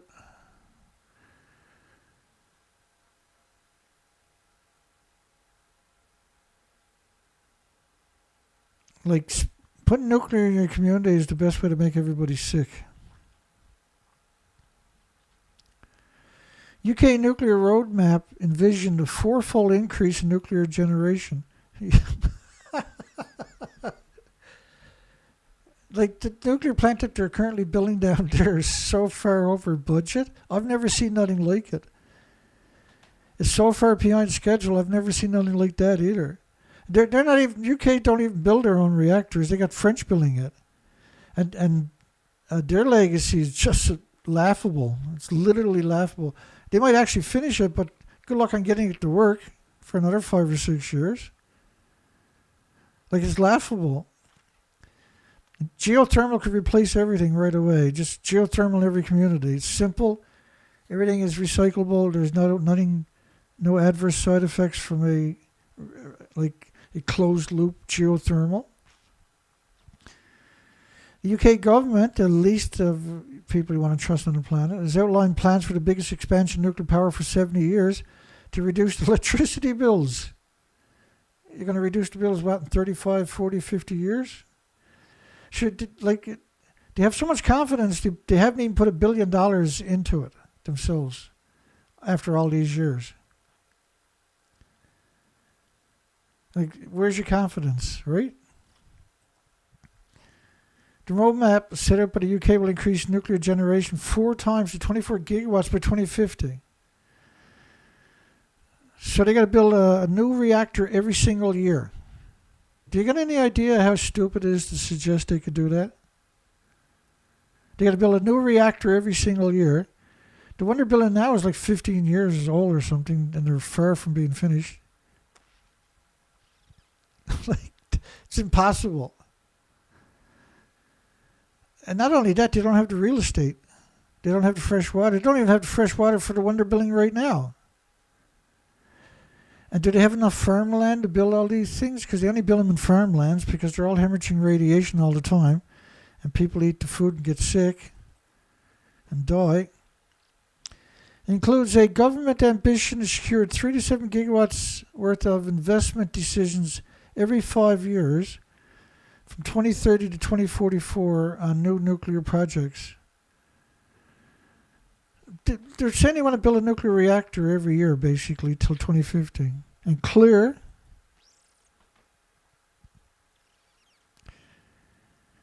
She's quite British looking, isn't she? Secretary of State for Net Zero. Northrop test fires rocket motors for new nuclear missiles. These companies, if you didn't have this company, if you didn't have these manufacturers of misery machines, you couldn't have wars, could you? And so every time you see these conflicts, you should be going after these companies, not the politicians as much. Yeah, go after them, but you should be going after these companies and the people in the companies and the investors. That's who you should be attacking, because they're the problem. And then in order to produce these missiles, they might fire 5,000 of these engines, and they pollute huge stretches of land for thousands of years, like they've done with Rocketdyne, right, at the Santa Susana site for many years. Green light for construction of $4.4 billion size. Wait, what? Do you believe this story? They're going to build a nuclear plant, a large one, for $4.4 billion. Does anybody actually believe that story? Not only that, it's surrounded by farms, as far as you can see, so they can poison you every day from the fuel pools. How are you going to build $4.4 billion, a nuclear plant for $4.4 billion? Like, they couldn't even build a foundation for that much money, I don't think, could they?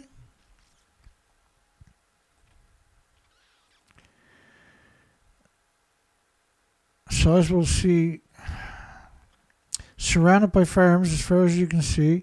There's already nuclear power plants there. These farms, so the nuclear power plant has fuel pools. Once you put fuel in the pool, it's splitting atoms forever. Those atoms are vented all day long, and the numbers we're talking about, each day is enough to contaminate all the farms. This plant has been there 60 years, contaminating these farms on a genocidal amount every single day.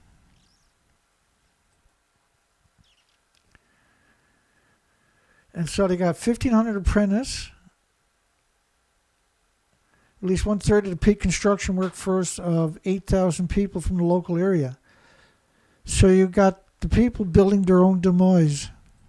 It's going to poison their children and their loves and themselves for 60 years.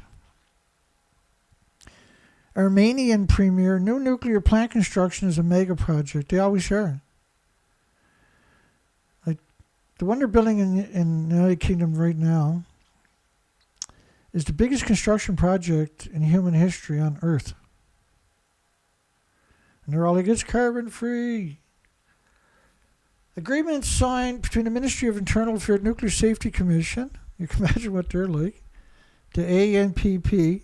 The seismic monitoring observation work will continue, using for this purpose the seismic recording devices received from the degenerate United Nations International Atomic Energy Agency. But if you got a fault line there, anywhere, no matter how dormant it is, you got to look at Noto Peninsula and realize that it's never dormant. Ever. And they consider the option of modular reactors, small modular reactors, that don't exist. They don't exist. So why are you putting your eggs in that basket for? Another Los Alamos National Laboratory worker's skin contaminated.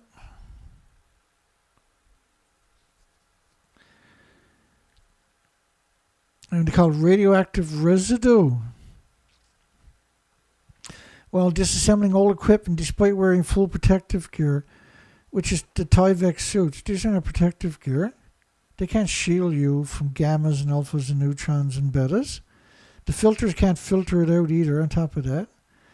It needs to be close to respiratory Scotty backpacks, which is what they're actually using at Hanford.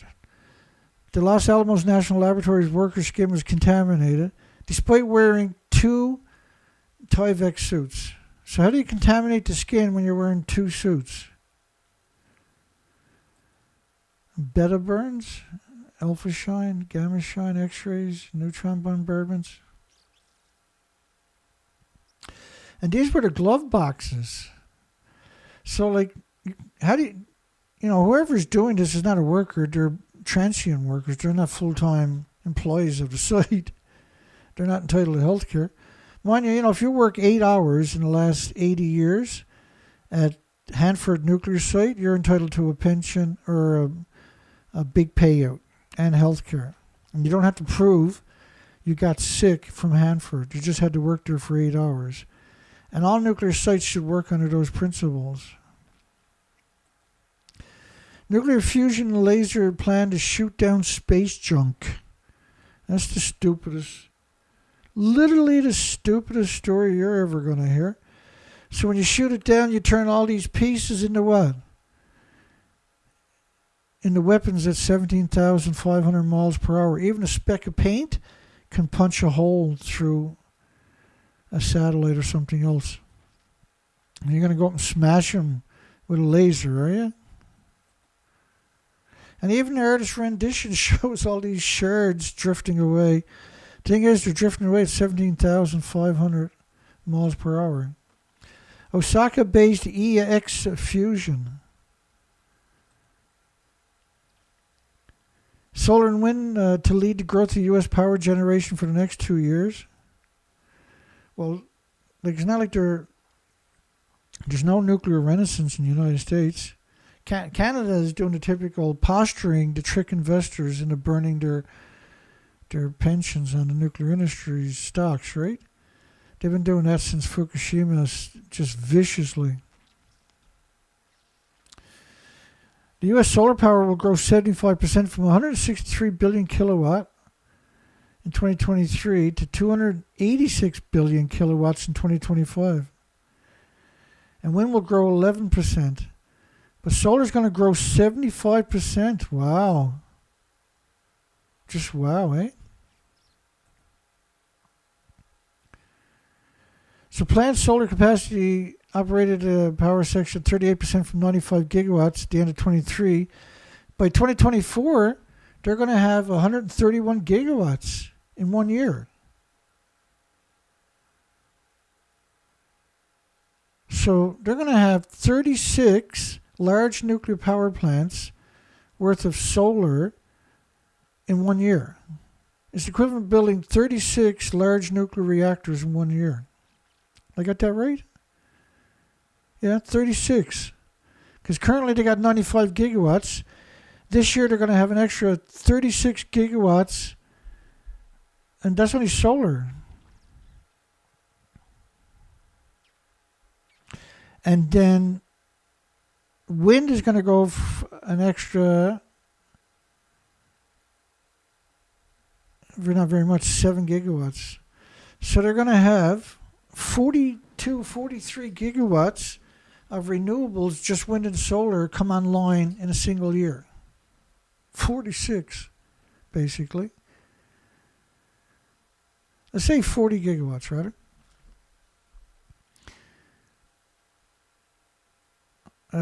That's half of what nuclear is right now in the United States, right? In 1 year, they can do it with renewables. And then the storage that's available would be easy to give everything storage. And they're going to scuttle that. An unholy alliance, the UK and France stand with North Korea and Russia over nuclear testing justice. So it's a little bit deceiving when you read the headline.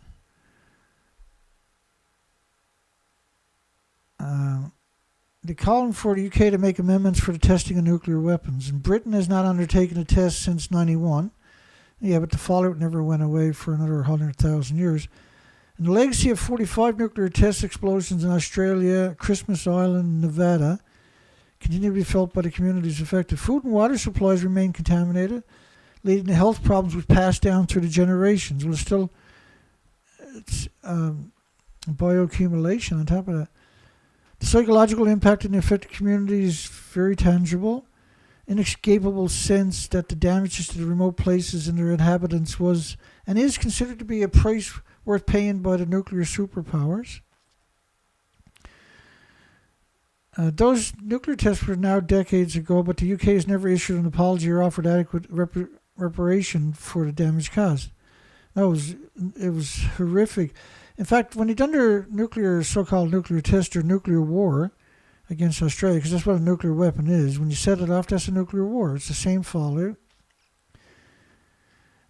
The United Kingdom used to wait for the wind to blow across Australia before they set off their nuclear weapons. And then they set off over 700 dirty bombs in one of their most beautiful places.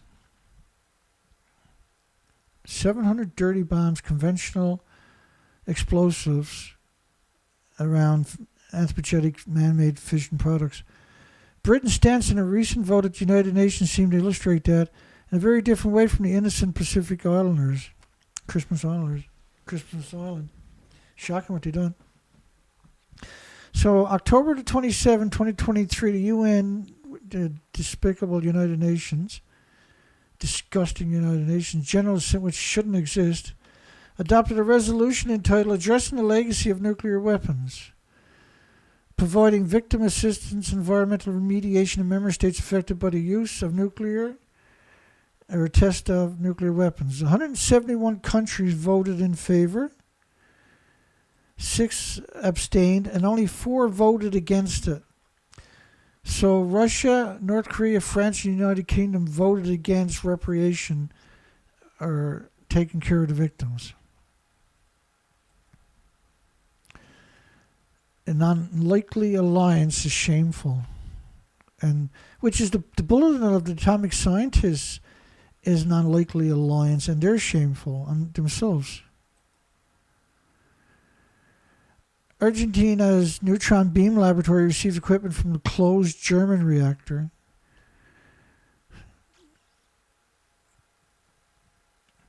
Should receive radioactive equipment, what it should say. North Korea law change raises threat of nuclear wars to declare South as top enemy. Well, South is his top enemy. What South Korea is doing is just ridiculous. They've been locked up for 70 years by UN, call it police action no less, where they dropped more ordnance, more munitions than the entire World War II used combined just on North Korea. I mean, they burnt down every community with napalm, the most low of low things to do to somebody. And this was a collective punishment against the women and children, right? And the elderly. But for 50 years before that, North Korea was captured and enslaved by Japan. Another reason Japan left was because of Hiroshima and Nagasaki, right? And then the United Nations went in and just bombed it into non-existence, and now have land, sea, and air embargoes, and demonized it for 70 years straight. Last year was 70 years, right? Disgusting. Millions dead, millions missing, millions in refugee camps, millions unaccounted for, and the United Nations calls it a police action. And been using it as the boogeyman ever since, right? As if, like, they got no choice but to try to defend themselves. What do you think is going to happen when you repress a country for 120 years straight and then demonize them no matter what they do? And you created them in the first place.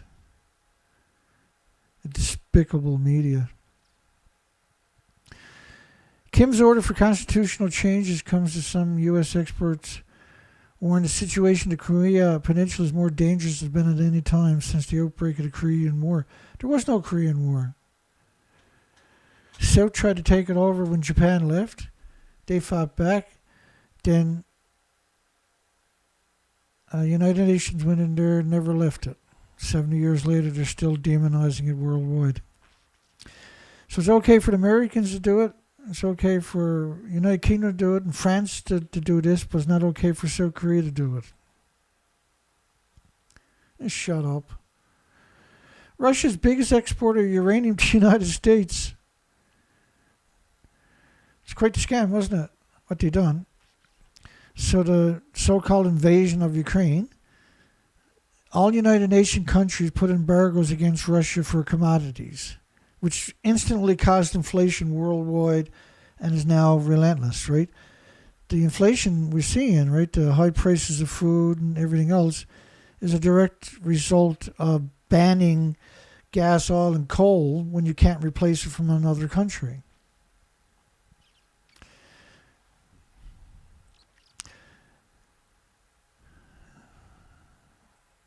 So the United States is still buying endless amount of Russia fuel. But they banned everything else. But the nuclear industry has so much influence, they won't ban the nuclear. They're insane, right?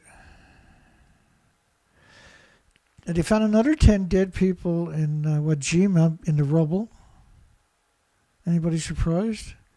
If you got 200 houses and businesses burning at the one time, and you're in that pile, no one can rescue. We didn't see any fire trucks. We don't see, I mean, even today, we don't see any heavy equipment.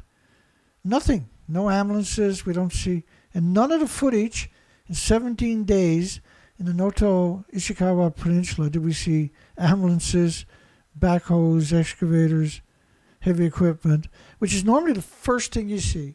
And you see lots of it. And every community has that equipment, but yet the communities don't even clear the streets. We've never seen nothing like this. They never... And then the landslides we've seen was bamboo. They could have chopped it, most of it out of the way, with machetes, for goodness sakes. The newly confirmed, and I mean, this is a country that's used to doing this. Landslides is not unusual in that country. It's regular every year in different places. So now there's 232 dead. Japan government established a new task force to combat the spread of fake information about the Noto earthquake on social media. So what are they going to do? Say it never happened is equal to 3 cubes of sugar or something? That you done for Fukushima? None of those pictures turn out good. Danny, you're even crappy with a screen capture. I'm not only crappy with a camera, I'm crappy with a screen capture too. Can't even get a clean shot. The new norm is being abandoned by the government. No water, no food, no resources. Japan's nuclear regulator, which is created post-Fukushima and beholden to the industry itself, ordered review of the action response guide to Shika nuclear power plant. They got a picture of Shika. Again, cover story, right? Her cases. Lying is just a natural.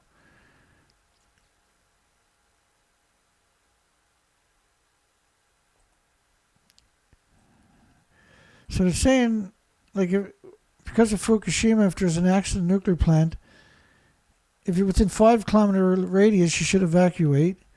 And if you live within 30 kilometers and are asked to shelter indoors and evacuate if radiation levels exceed a certain mark. But you got to wait for them to tell you what the mark is. Whatever they decide, whatever.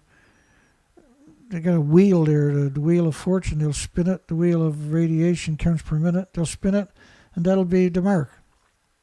If you got an accident, don't wait, get out of there. Because the problem is you don't want to breathe it. You don't want to get it in your hair and on your clothing, in your vehicle, and you don't want your children washing in it and breathing it and consuming it. And when the earthquake struck the Noto Peninsula, roads were cut off and many communities were isolated. No, they were all isolated. Numerous structures were toppled, including those in the areas around the Shika nuclear plant. There's 20,000 houses now we know are completely destroyed, not counting businesses. And what we need to know is how many houses are destroyed in Shika, which was 7 out of a 7 on Japan's seismic intensity scale. Now, the only reason they would have told you the Shika community was 7 out of a 7 on Japan's seismic intensity scale is because pretty well every house there must have been flattened. Right, they're setting you up. Including those in the area around the Shika nuclear power plant. The plant's host municipalities, others have since asked the plans for evacuation indoor sheltering to be reconsidered. Like when they tell you to shelter indoors because of a nuclear accident, you need to get out of Dodge. Figure out which way the wind is blowing, and if nuclear is coming towards you, get out of Dodge as quick as you can and avoid that plume. You only get one kick at that can. Japan's struggling to make water pipes quake-proof. Well, how are you going to make it quake-proof, when you're talking about fault lines 3,000 to 4,000 years old that ruptures with an intensity that drops 20,000 homes, and that fault barely moved, so they're expecting a bigger one. And this is where we started off. Japan's earthquake has rendered at least 15 ports unusable, 56 with severe damage. It lifted the ocean floor for 820 feet on the shoreline, but that extends into the community too. It's not just going to be the shoreline. So 58 ports were damaged, And 20,000 homes were completely destroyed. 20,000 homes means probably 50, 60, 70,000 homes were damaged.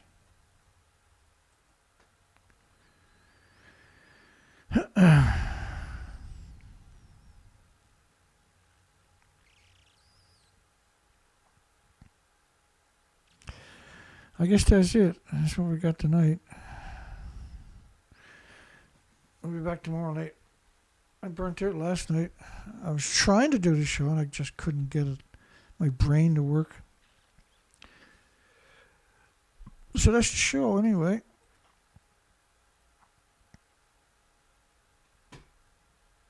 Tonight. Don't forget to give us a thumbs up. We're going to close the poll here. With 20,000 homes confirmed destroyed around Noto Peninsula, the Ishikawa Peninsula Prefecture, could the Shika nuclear plant fuel pools be melting down? We got 56 votes, almost 100% of the people says absolutely positively. Yeah, good night everybody.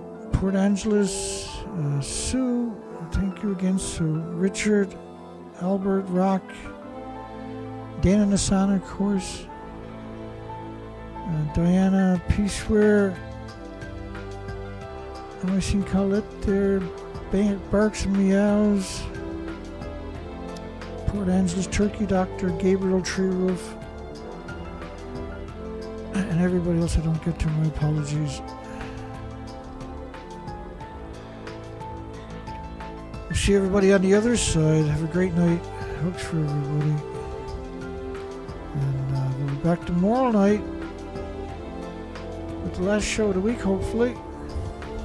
Who knows with this industry, right? Take care, everybody.